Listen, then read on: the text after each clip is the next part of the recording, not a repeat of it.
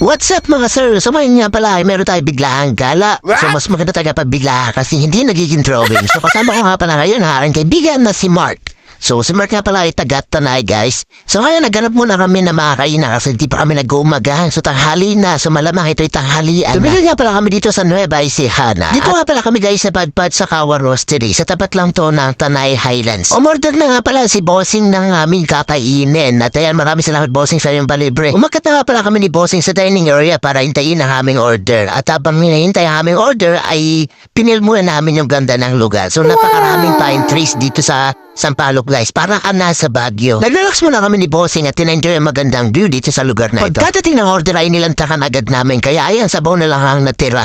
So tama higop na lang ng sabaw si Bossing. Pagkatapos nga pala namin kumain ay numarga na kami. Pupuntahan nga pala namin guys yung kaibigan namin sa Santo Niño.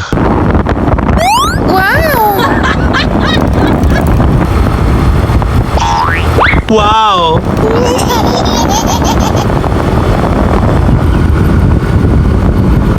So kasi nakarating na nga pala kami dito sa Barangay Santo Niño, Tanay Rizal. Mark, parcel mo! Dumarating na nga pala kami sa bahay na aming kaibigan at may dadaan na kami itong uting putek pero kaya naman ang motor natin yan guys. At syempre nandito na tayo ngayon sa mahabang tulay. So ito yung mahabang tulay guys na dati pinuwi-shootingan ito ng probinsyano kung naalala nyo pa. Nung unang putaw nga pala kami dito guys ay kahit pa itong tulay na to. So dahil naisira ito na mahabaha at bagyo kaya pinalitan ito na mas matibay na tulay. So kasi nakarating na nga pala kami sa bahay na aming kaibigan na si Ma'am Jade. Pakuha daw si mama. Pagkatapos nga pala namin guys magpahinga at magmerenda dito sa tapat ng tindahan nila Ma'am Jade ay niyaya nila kami sa isang resort para maligo at mag-relax. Ilang minuto lang ay nakarating na kami dito sa resort at dito muna kami mag-relax na kami mga kaibigan at magkukwentuhan at syempre magkukumustahan na rin.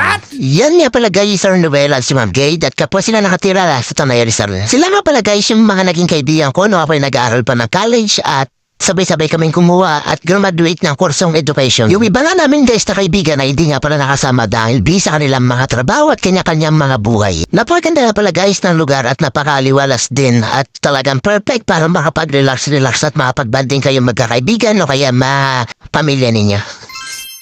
Sinimulan na nga pala namin guys na maligo at ayan lumusong na nga si Boss Mart at syempre hindi namin palalagpasin ang pagkakataon na to para makapag-relax at makapag-enjoy at makapag-banding kasama aking mga kaibigan. So nice ko rin ang pagkakataon na ito para makapagpasalamat sa mama ni Jade at sa kanyang tita. Maraming salamat po sa inyo at talaga mapapaulit pa kami sa pagpunta dito. Sa mga kaibigan ko pa dyan na nag-isip ng gala, huwag na natin gawing drawing. Ituloy na natin. Hanggang dito na lang muna guys. Maraming salamat sa inyong pagsama. Mailigo muna kami. Bye-bye!